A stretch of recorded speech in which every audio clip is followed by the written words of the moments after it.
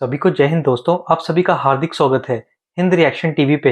आशा करता हूँ कि आप सभी लोग बहुत अच्छे होंगे। तो आज हम आपके लिए एक लेटेस्ट और एक बहुत ही मजेदार वीडियो लेकर आए जिसमें आप देखेंगे पाकिस्तान के मशहूर पत्रकार आरजू कासमी जी को, जिनके स्पेशल गेस्ट होंगे सुमित जैन साहब, जो हैं तो भारतीय मूल के पर वो चाइना में रहते हैं और एक बहुत ही जबरदस्त जियो पॉलिटिकल एक्सपर्ट हैं। खासकर भारत, पाकिस्तान और चाइना के रिश्तों पे बहुत ही जबरदस्त नॉलेज और गहरी पकड़ रखते हैं। तो ये वीडियो काफी इंटरेस्टिंग होगी, आपको बहुत कुछ जानने को मिलेगा और मजा आएगा। तो इसे अंत तक देखें और चैनल पे नए हैं तो चैनल को सब्सक्राइब कर दें ताकि हम आपके से लेटेस्ट और नॉलेजेबल वीडियोस लाते रहे। तो चलिए पहले ये वीडियो देखते हैं और अंत में इसके बारे में बात करेंगे।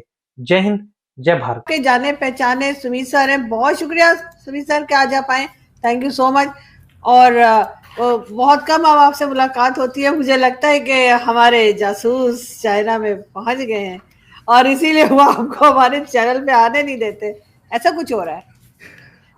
मुझे पता क्या है कि आपने मुझे बोला था कि आपके यहाँ से कुछ जिहादी गधों पर बैठकर मुझे यहाँ पकड़ने आ रहे हैं और मेरा काम निपटाने आ रहे हैं।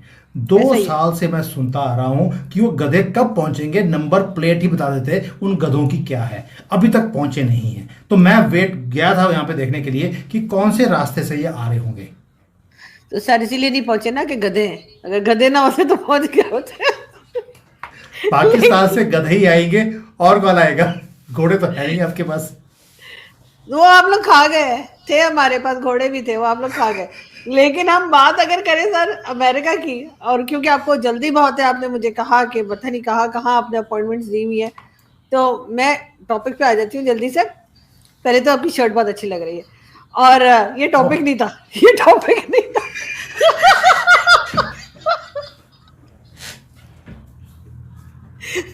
मगर क्योंकि वो होता है क्योंकि हम बहुत दिन के बाद मिल रहे हैं, तो इसलिए हमें गप्पे भी लगाने का बहुत मन है, लेकिन खैर बाद में सही।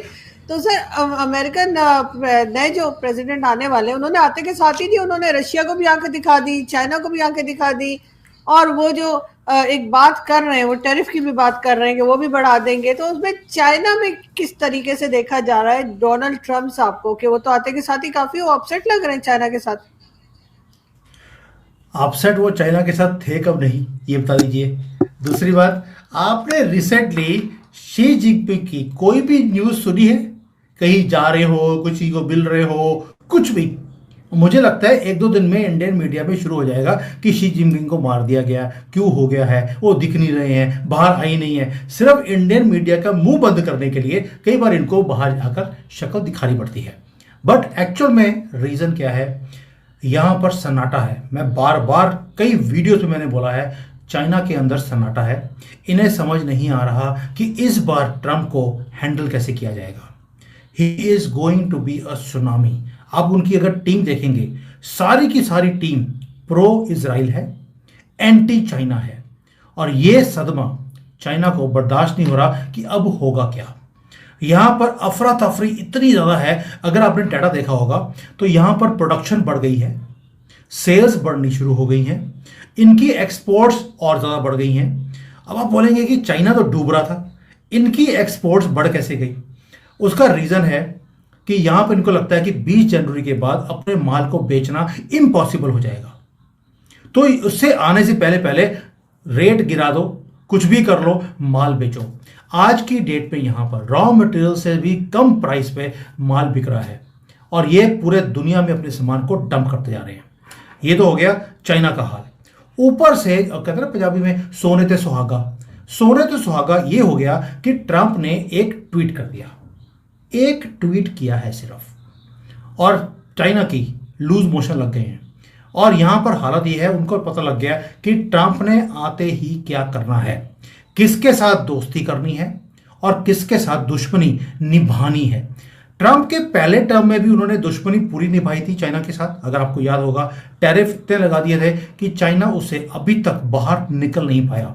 और इस बार उसने बोल दिया कि चाइना सबसे ज्यादा लगा हुआ था कि ब्रिक्स के अंदर डी डॉलराइजेशन हम करेंगे, हम डॉलर से बाहर निकल जाएंगे, हम युआन में ट्रेड करेंगे।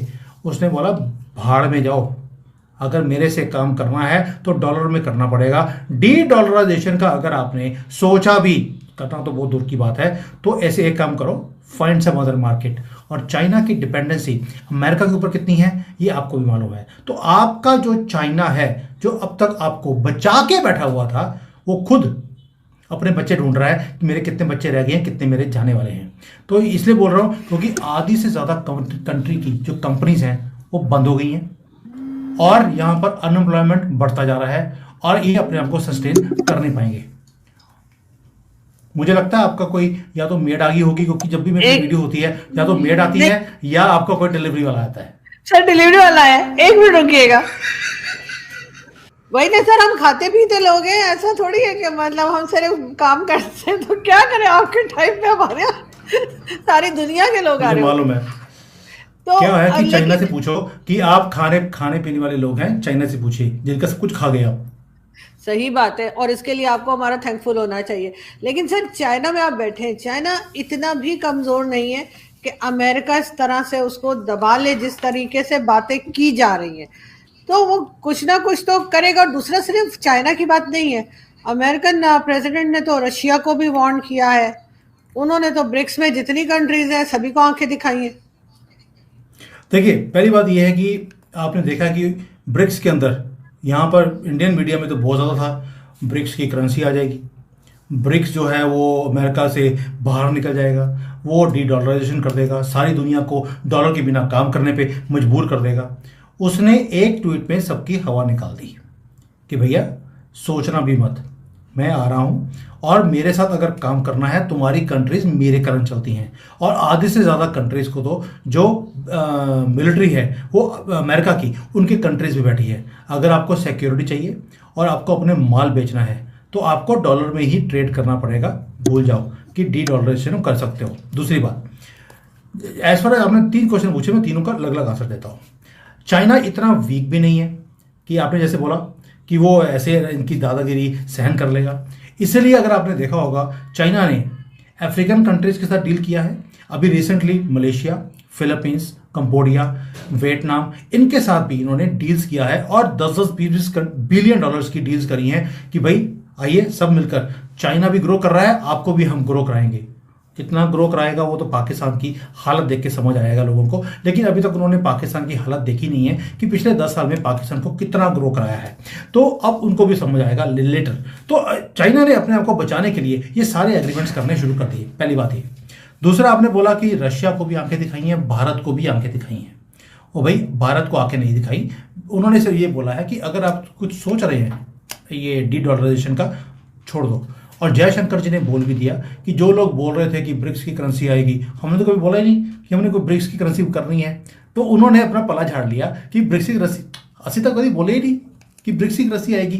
तो उन्होंने कह दिया कि हम तो ये डॉलर के साथ ही ठीक है। तो भारत ने अपना स्टैंड बता दिया है कि वी आर विद अमेरिका, हम कुछ भी इसके बाहर करने वाले नहीं है। एंड सेकेंडली, जो ब्रिक्स की करेंसी है, गवर्नमेंट ऑफ इंडिया ने कभी नहीं बोला कि हम इसे सपोर्ट करते हैं। ये इंडियन मीडिया में कई लोग हैं जो चाइना के एजेंट बैठे हैं। मैं अपनी बात, मुझे कर रहे हैं लोग कि ये चाइना के एजेंट है। मैंने हमेशा बोला था कि this is not good for India. अगर ब्रिक्स की करेंसी आएगी, भारत के लिए अच्छी नहीं है। डॉलर के साथ काम करना ही अच्छा है, क्योंकि पाकिस्तान भी जितनी तरक्की करी है, जब तक डॉलर आते रहे, देखिए कितनी तरक्की करी। जब से आने बंद हुए हैं तब से आपकी तरक्की भी बंद हो गई है। तो इसलिए डॉलर के साथ ही काम करना चाहिए, युआन में नहीं करना चाहिए। जब से आपने युआन लेनी शुरू करी, देखिए आपका भट्टा बैठ गया है।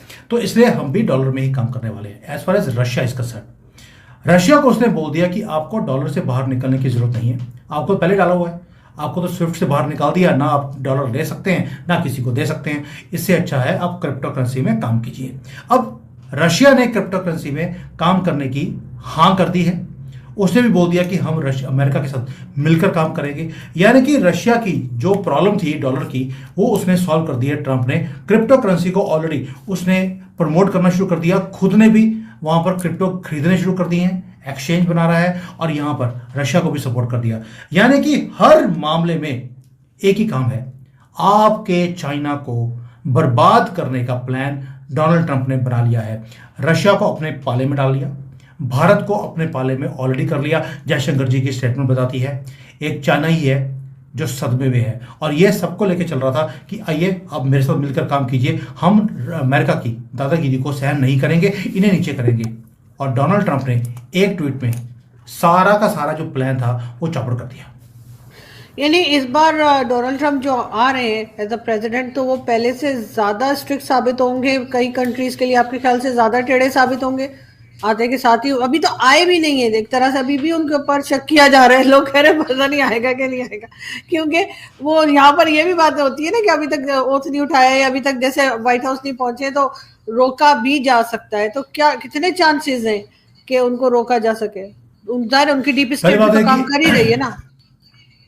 पहले आपने बोला कि बहुत टेढ़े चल रहे हैं, सीधे थे कब जो टेढ़े अब चलेंगे। ये है कि पहले बहुत टेढ़े थे, अभी और भी ज़्यादा टेढ़े हो गए हैं। उसका रीज़न भी है, पहले 4 साल में डीप स्टेट ने, जब ये प्रेसिडेंट थे, इनको काम करने नहीं दिया।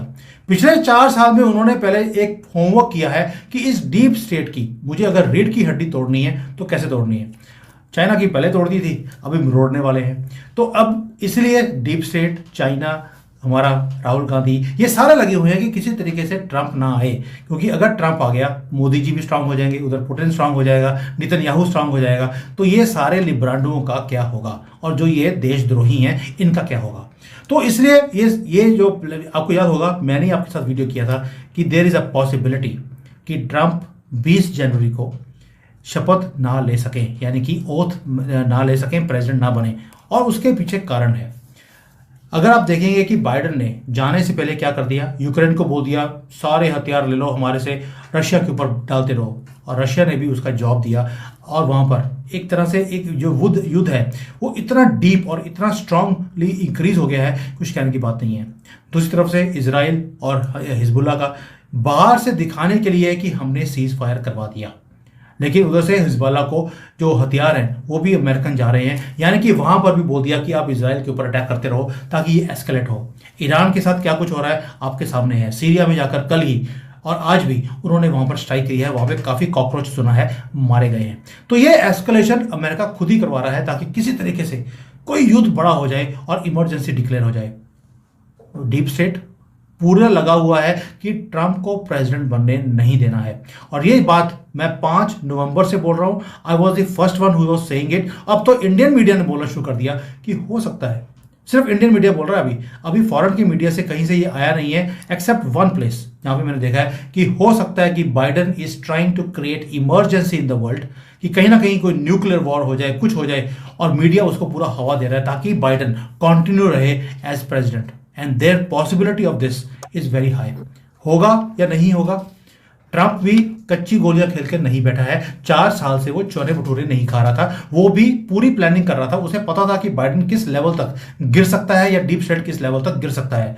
वो भी अपने सारे प्लान्स को आहिस्ता आहिस्ता निकाल रहा है। एंड ही इज, मेरे हिसाब से अभी तक जो मुझे लगता है कि Donald Trump will become the president on 20 जनवरी। उसके बाद काम करना आसान होगा कि नहीं होगा, मुझे नहीं लगता। It will take a long time.